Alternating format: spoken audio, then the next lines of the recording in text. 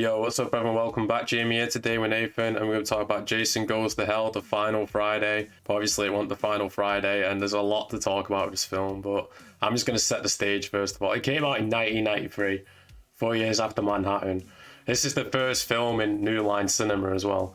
So obviously, they couldn't use the Friday the 13th name or bring back gold characters or anything like that. The original creator wanted he didn't want the hockey mask in it. He hated the hockey mask as well, so there's another reason why we don't get Jason inside the film. Like, 10% of this film was Jason. So many problems with this film, man. Oh my days. Before we get into it, I just want to say, it was a weird film, but it wasn't bad. It was funny. It was enjoyable. Oh yeah, but the fact that it's a Friday film and it felt weird. It didn't feel like a Friday the 13th, but it wasn't the worst one that's been out. So it starts off and, like you said, it's like a typical Friday film, innit? We got a girl going to Crystal Lake by herself, and she's changing the light bulb and all that shit. And when she's about to take a bath, Jason comes out of nowhere and chases her out the house, and we think, oh yeah, she's gonna get killed, but nope, a bunch of SWAT people just come up out of nowhere and just shoot the shit out of Jason. They put so many different forms of bullets, handguns, rifles, I'm sure I saw a shotgun. But that pales in comparison to the fucking weapon of mass destruction he dropped on his head. Oh yeah, and he just blow him up to fucking bits. His head goes flying and his heart. The one thing that was the biggest, what the fuck, was Jason was making so much noise. For a split second, I thought, wait, are they actually shooting Kane Hodder here? Yeah, is Kane Hodder actually in danger? And we get a shot of the heart still beating, don't we, what came out of his body. And that's a big plot point with this film, so keep that in mind. It looked delicious. I don't know why. So this opening's intriguing, but it's where to go from here, where it's just what the fuck? Yeah, because he's giving the diagnosis shot by varying calibers, different levels of burns all over the body, all this diagnosis. But he is an official worker of the government and state, and he's cracking wise every 2 seconds. It's bro, this is on record. What are you doing? You can tell the writing of this film. It seems like they didn't like Jason. They call it you got Kane Hodder in a cameo in it, and he's like, oh yeah, he's just always been a little bitch and all this stuff. And it's you get the impression the people making this film didn't want to make a Jason film. It felt like they hated Jason. If it was the characters hating Jason, it'd be fine because he's a killer. Yeah, you're not gonna love the guy. Mm-hmm. But it felt like the direction was going, isn't Jason so shit? Isn't everyone else better than Jason? Fuck Jason. Why? And we don't even get him inside the film for most of it either. And then all of a sudden he sees the heart beating and he decides he's gonna eat it. He's not possessed at this point. He just looked at it I missed dinner. Fuck, I'll eat the heart. That sets off the chain of events because now Jason, because we see all the little pew pew little firework things going through his body, don't we? So now he's possessed by Jason.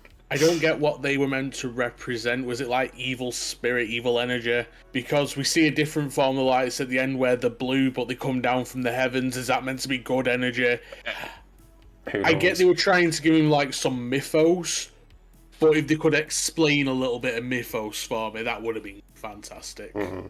And speaking of that, we get some more of that later on, but we'll get to that when we get to it. So like I said, the insult in Jason, aren't we? We've got that guy who walks in with the glasses who looks just like the other guy later on, but we won't mention that. And he starts calling Jason as well, and then the coroner or whatever, he kills him, doesn't he? Yeah.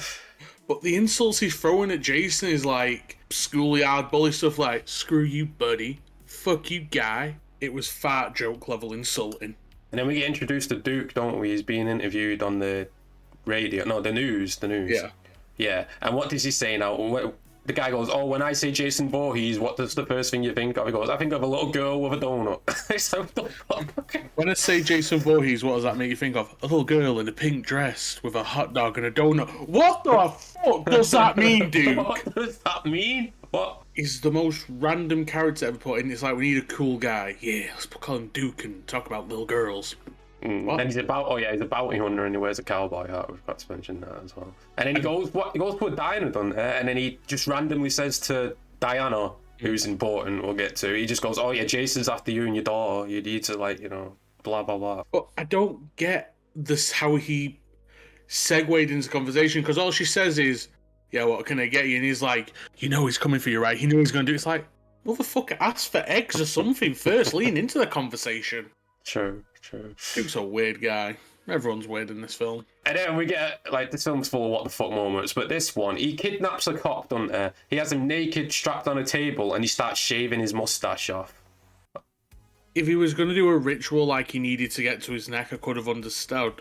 But all he did was transfer, like, the Jason soul into this cop. Was Jason like, nah, I'm not having someone with a mustache and a shit beard. Come here, lad, let me shave you. Like, Yeah, when have we ever seen Jason shave or shave anyone? Like, what the fuck? I don't know. I've seen Jason kill people with mustaches and clean shaven. I didn't know he had an issue with it. I think they just wrote it in just to, like, try and disturb people, I guess, but that's just completely, like, you know. Disturb people by shaving them. Like, I want a little bit of mythos, just a little bit of mythos. So like I said, he takes control of the cop from there and he goes to Diana's house and he kills her. You know, apparently she was Jason's sister because we've heard all about her throughout the series, you know. Don't look into timelines. Don't try and figure it out. We sat there for like 10 minutes after the film went off. Couldn't do the math. But Diana gets killed, doesn't she? And then the guy with the fucking glasses gets... We didn't get framed, but he's the only one there, so they just arrest him for the murder, really, don't they? Which is understandable, really. Yeah, true. I guess it is, but this film's just like, what the fuck?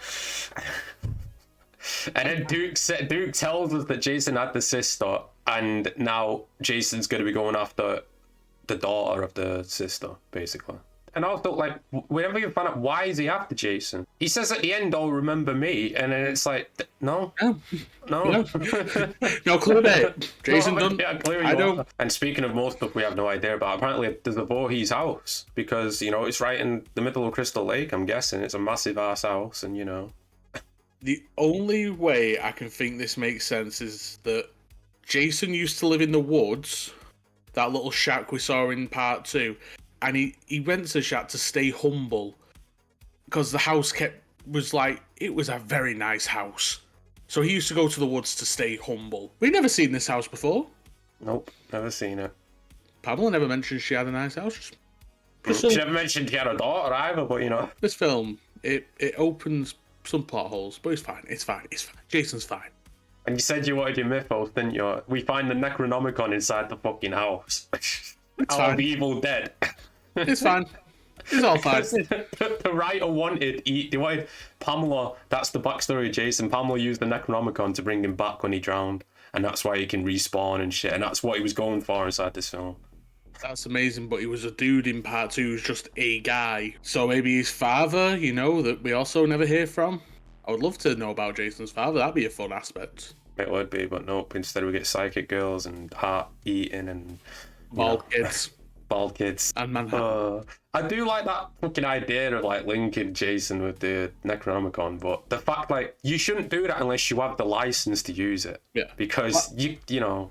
I'm with you. It would make a good deal of sense. Like it brings him into that universe, and the Necronomicon's already established of it's a magical book that can do a lot of things. Jason's not out of the realm of that not being believable. It would have been fine. But that's as far as it goes. Going Necronomicon next scene.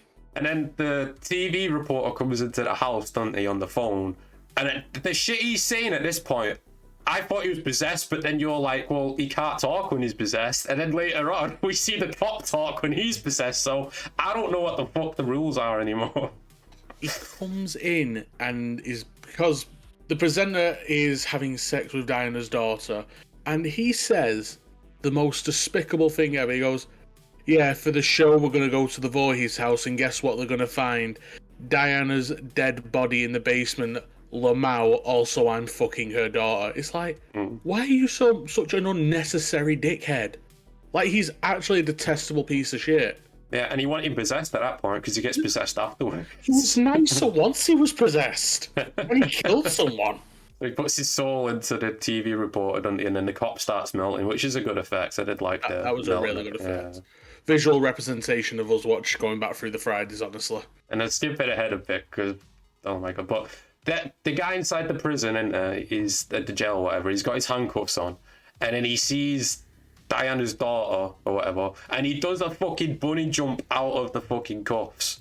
Like what the fuck? That's not out of the realm of possibility. Like escape artists do stuff like that. Yeah, escape artists. But this guy, but this guy isn't exactly looking like an athletic dude. He's not looking like a track star or anything like that. It looks like just a guy. Mm-hmm.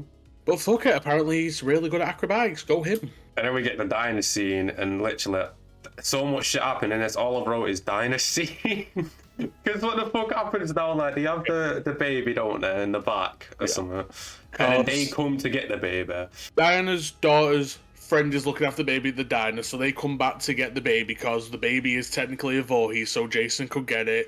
But the owner of the diner doesn't want to give the baby to the daughter because she's with the felon, so she holds a gun at the faces. The diner lady gets her son to go get help from the police station, who then proceeds to do some sick gun trick right in front of everyone. He then leaves the diner as the news reporter, who isn't dead after being shot in the head, walks up and breaks his arm. We get the weirdest jump scare ever because the diner lady's son hits a wall and a woman screams randomly. And then everybody dies. Everybody dies. Apart from the main characters. But aside from that, everybody dies. And then we get the final act at Jason's house, where we've spent, throughout the series, we've had so many memories at his house, but we're there once again. And Duke gives her a knife, but transforms into the fucking Kandarian dagger from Evil Dead. So it's like, what the fuck? And then, like we said before, there's two cops there now, isn't there? And the old guy tries taking the knife off her. So we assume he's possessed because he's trying to, he's not saying anything, he's just taking a knife off her. The guy's there with the gun. He's the one possessed, but he's speaking. Madam, if you could perhaps pass me the blade, I may be able to help you in this time of need. And he's the one possessed. But throughout the rest of the film, you've been telling them they don't speak and they're just like Jason. Okay. It's fine. Makes sense. Stupid. And then Jason turns into like a weird creature crawling around the house. And what does he do? He goes through Diana's fucking vagina downstairs. And that's what brings Jason back, just because, Fully clothed, by the way. Apparently the clothes were a big part of Jason, even though, he's changed. Oh, yeah, true. He's changed the drip multiple times. I love this. So I don't get it, like, does her body just transform into Jason then? Because I thought she was going to be, like, pop up, possessed or something, but nope, it's just Jason with his mask, like you said. He's all back together, Yes. Yes. Yes. Yes. I'm putting too much thought into it. They didn't put enough thought into it. It's okay, it's fine. There's a reason for everything, but obviously we can't figure out. I do like the mask though. It's like, melted, but like, his flesh coming through it and shit. It looks good. I'd like to know how, like, the mask has degraded to this point and why his flesh looks like it's bubbled over. That would have been nice effect, but it's fine. I always thought it was because of Manhattan, but now I've realised they didn't want to mention Manhattan. But I mean, that would make sense, wouldn't it? The toxic waste, like, fucking up. But there's questions. There's questions that we're never going to get answers to. Yeah, true. And at this point, it's like I said last night, it's like when wrestling goes bad and you're waiting for the spot to happen. He's throwing the guy with glasses around. He's not stabbing the guy. He's not punching him. He's just throwing him about, buying time until she eventually comes out with the dagger, stabs him inside the chest with it. And like you said before, we get the little pew-pew blue lights from the sky coming down at Jason. And it's like, what the fuck? The way that it was thrown around, though, if you've ever played a game called Gang Beast, it looks like that, like just above him, throw. Yeah. Goes to the next bit, above him, throw. What was he doing, though? Like, why? He was just throwing him about. And we get the best part of the fact the hands come out and drag Jason down into the ground, don't they? It look like big rock hands. Like, have you ever seen the Never-Ending Story? It looks like the big rock monster's hand.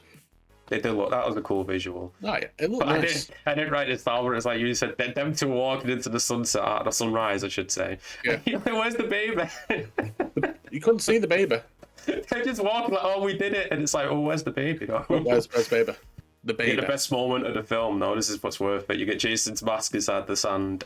And all of a sudden, Freddy's glove comes up and pulls it down. But it's not Robert Englund's laugh, it's someone else's laugh. I was saying, don't know who was laughing. Was it the dogs? Because the dog was near his mask. Is the dog laughing? But it took him 10 years to do Freddy versus Jason after this. We finally got it. Yeah. Because now, at this point, they were both in the same company, New Line. So that's eventually made it happen. But this film, like, the overall ranking, I'm going to give it a 3. I'm never watching this shit again. See, I'm a bit different to you. Like, it was weird, it was dumb at times, but it wasn't boring. It wasn't boring. It was like a what the fuck thing. Like, I'm gonna give it a 6. Like, it's not a slasher though, is it? And it's, Yeah, it's not a slasher. It's something different. Jason's in it for 5 minutes. I would rather be annoyed at a film than bored watching a film. That's a good point, yeah, true. But there are parts that are annoying though as well, where we're like, what is happening? Like, what the fuck? I would rather be sat there going, oh, this makes no fucking sense. Why is he now been able to resurrect with clothes on instead of... Is it over yet? Because I didn't feel like I wasted my time. Yeah, it didn't drag either. It didn't drag. We're like part 1, 3, 4, 5. I was there like, can't wait to get to the final 20 minutes where Jason chases one person for 20 minutes. I think it's the fact that it's a Friday film and Jason's not. If it was something else, called something else, then I think I'd probably like it more. But we've made it through the hard ones now. Next week, Freddy versus Jason. Oh no, next week, Jason X. And then after that, Freddy versus Jason. I love Jason X and Freddy versus Jason. I love them to pieces. Those are my 2 favourite films with Jason in it. So until next week, click like and subscribe. Check out Nathan's social links down below in a bit.